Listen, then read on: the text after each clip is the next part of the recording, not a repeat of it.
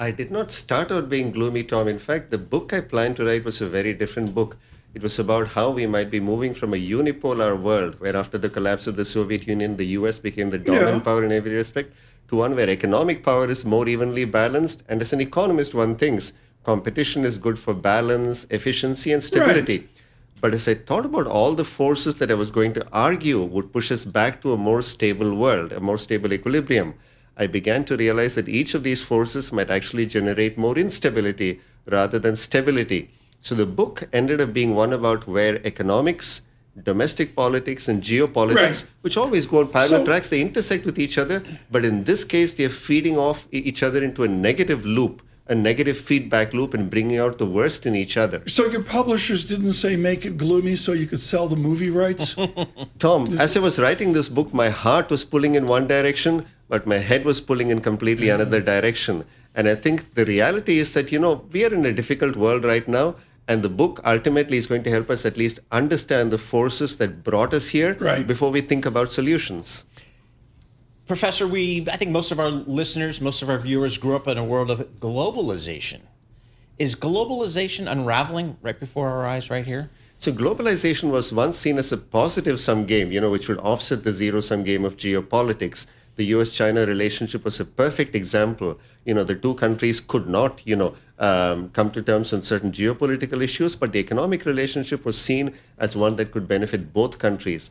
But now even globalization is being seen as a negative or zero-sum game, where even there are no common benefits to be had. And it's worth thinking about what happened here.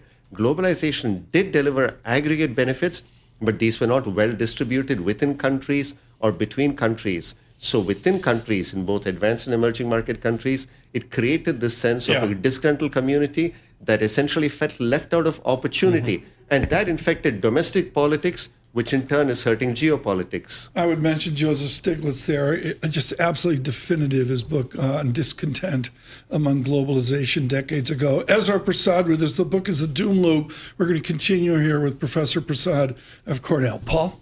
So where do we go from here in terms of an economy that is a global economy? Technology has really reduced distances, and it just made everything more tangible here. How do we go back to something less global? And should we go back to something less global? So what we are seeing is not a complete retreat from globalization, but it's becoming fragmented. So countries are sending more trade and financial flows to countries with which they're geopolitically aligned. So trade and finance, rather than being bridges across the geopolitical rifts, are in fact deepening those rifts. And the same is true of technology. That was what, in my cheerful version of the book, was going to be what led us all to a better place. And it is creating enormous progress. But at the same time, as I point out in my book, it's creating much more economic and financial power concentration within countries and between countries, which is where the dissension comes from. You know how I do this, Eswar? I picked up the book and I went to the index and I looked for Carney in Canada. Carney of Canada stopped Davos talking about the middle countries in a new variable geometry. Discuss that geometry within the Doom Loop. So when I think about the superpower competition right now, you have these two on both sides and everybody else is stuck in the middle. My European friends don't like it when I say this, but Europe is sort of a middle power because it's not grown up to be a real power on its own. So everybody else is stuck in the middle of these two very unsavory alternatives. The US is receding from its leadership role in the world economy. China is not seen as a trustworthy and reliable ally. So take what India, the archetypal middle power, does. On issues like cheap oil, it aligns with Russia and China, but on the other hand, it sees its fundamental values as aligned more closely with the West. So it teeters from one side to the other. So Mark Carney took a very pragmatic approach. He pointed out, as I in my book, that the middle powers include rich and poor, small and large countries. Their interests are not perfectly aligned, but he argued that maybe they should align on specific issues, which makes sense. The problem is it doesn't create deep trust that is necessary to underpin strong alliances. So the middle powers themselves, again, a chapter of my book, rather than being sources of stability, are becoming sources of instability themselves. Do you have an analog back? I mean, President Trump loves to go back to McKinley and the Gilded Age. We'll get to tariffs here in a moment with Eswar Prasad. But to finish up on the Doom Loop, here, do you have an analog of, as Paul mentioned earlier, almost a nostalgia for a different time and place? or are we going to a new that we've never seen before? The fundamental problem right now is that if you think about the competition between the US and Japan in the 1990s, the US and the Euro area in the 2000s, it was about economic competition. But now the competition between the two powers is completely different. It's about their visions of the world, about how to organize an economic, political, legal system. So I don't think there is going to be an easy way at all for these two visions to be merged. So I think we are stuck with the doom loop for some time to come. What is the role of the U.S. in this new world order? I mean, is this just a Trump issue? And if we get somebody new in 3 years, the U.S. will try to reassert its leadership position. How do you see the U.S. moving forward? Well, Paul, I wish that was the case, but I should point out that I finished the first draft of my book in October of 2024. I put it down and thought, my God, this is too dark. Let's wait for the elections and maybe things will settle down. But everything that has happened since I finished my first draft has only validated or supercharged the thesis of the book, which is unfortunate for the world. But I think the issue is the US is now receding from its leadership role, but it's causing some other countries to stiffen their spines. You know, Europe is coming together at one level. The question is whether there is a political will, not just to deal with territorial integrity attacks, but to do what is necessary to improve productivity, to come together, to reshape institutions within these countries, and for these countries to basically get their acts together. But what do you perceive, Eswar Prasad, to Paul's wonderful question here about after Trump? I mean, if he's established some form of neo-mercantilist zero-sum structure, where are we 2 years or 3 years after Trump? It's going to be difficult to reverse, but as I point out in the book, you know, there is a ray of hope at the end. If we as citizens are willing to become much more engaged, not just as citizens of our, you know, countries, but of our communities in the world, if we have more inspiring leaders, and if we can repair our institutions, I think there is a way forward. But it's going to take a lot of work. The book is a doom loop. I got to move on to tariffs. I got Eswar Prasad in the studio, and he owns the high ground.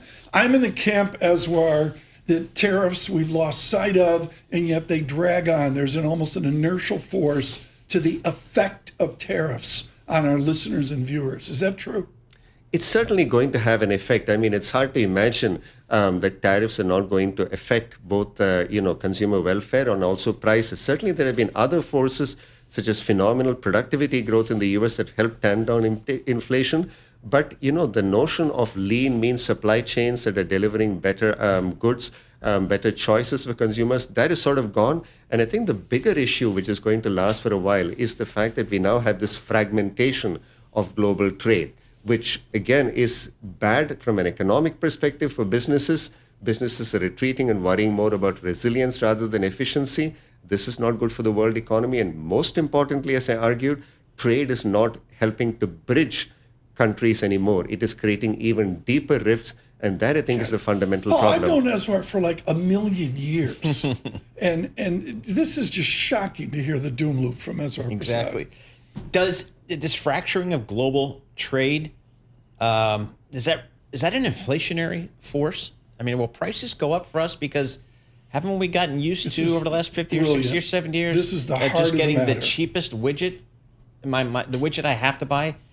It's a lower cost because it's built somewhere where their costs are lower? So businesses always face a lot of risks, but now they face, you know, supercharged risks in terms of geopolitical risks related to climate change. And how are they responding? They're responding by pulling production back onshore. They're trying to diversify, but that creates its own risk because, you know, friends today might become rivals tomorrow, as we've seen from President Trump's tariff policies. So that means that you're going to lose a lot of efficiency in the name of resilience. And certainly resilience is good for businesses, but it is going to mean higher costs for businesses, and that's going to get passed on to consumers. So it means less choice, higher costs, and more importantly, all of this behavior by businesses, it once again means that they no longer a stabilizing force. Geopolitical drifts are going to create even more instability and strife. Well, let's go to your claim on currency and on China as well. The stealth thing here, folks, we've barely covered it, is very quietly yuan, the renminbi, is strengthening through 7 and stronger. I mean, do you perceive a Pacific Rim strengthening here and a weaker U.S. dollar, what President Trump ultimately wants? It's worth thinking about exactly what the conjuncture is here. The U.S. is driving away countries' trade through tariffs. China at the moment has a very unbalanced economy. It's growing largely through exports. It registered a $1.2 trillion trade surplus last year. And the rest of the world is terrified about going too close into China's embrace because it would mean being swarmed by Chinese exports. Given where China's trade surplus is, certainly the currency should be appreciating a lot more than it is right now. So between Carney up in Canada and whatever's after President Trump, Republican or Democrat, to Paul's question, the bottom line is after Trump, if China's troubled, we just reaffirm what Paul was talking about, globalization. We could. And in fact, the U.S. potentially has the ability to re-engineer its place on the world stage. But I think some notion of trust has been lost. This is not the first Trump term. This is the second Trump term. And as I speak to, policymakers around the world, their view is if the U.S. can elect Trump not just once, but twice, how can we ever go back and trust the U.S.? The U.S.'s closest allies, NATO, Canada, and so on, are feeling the heat from Trump. So no country feels that it's going to escape what might be internal political dynamics within the U.S. that turn it away. So there is a place for the U.S. It's going to take a lot of work to reclaim it. So just the European Union, can we expect the European Union to finally get its act together and maybe get its position on the world stage commensurate with its population, commensurate with its GDP? Moments of crisis do sometimes, Paul, tend to bring out, the best in countries. And certainly the European Union, the Europe overall, came together when its territorial integrity was threatened in the context of Ukraine, in the context of Greenland. The big question for Europe is whether it can get away from its internal political divisions to do what is needed to become a true economic power. This will require, deregulating in order to increase productivity growth within the zone, true economic union that goes beyond just monetary to banking union, to payments union, and a more significant political union as well. I don't see that happening. Yeah, I was going to say, we got to run here, but that's a hope and a prayer. That's exactly right. I mean, if Lagarde was sitting here, she'd say, that's all brilliant, Eswar, but there's no indication Europe's going to get their act together. Europe could be a great power. It's going to be a big challenge for it to get there.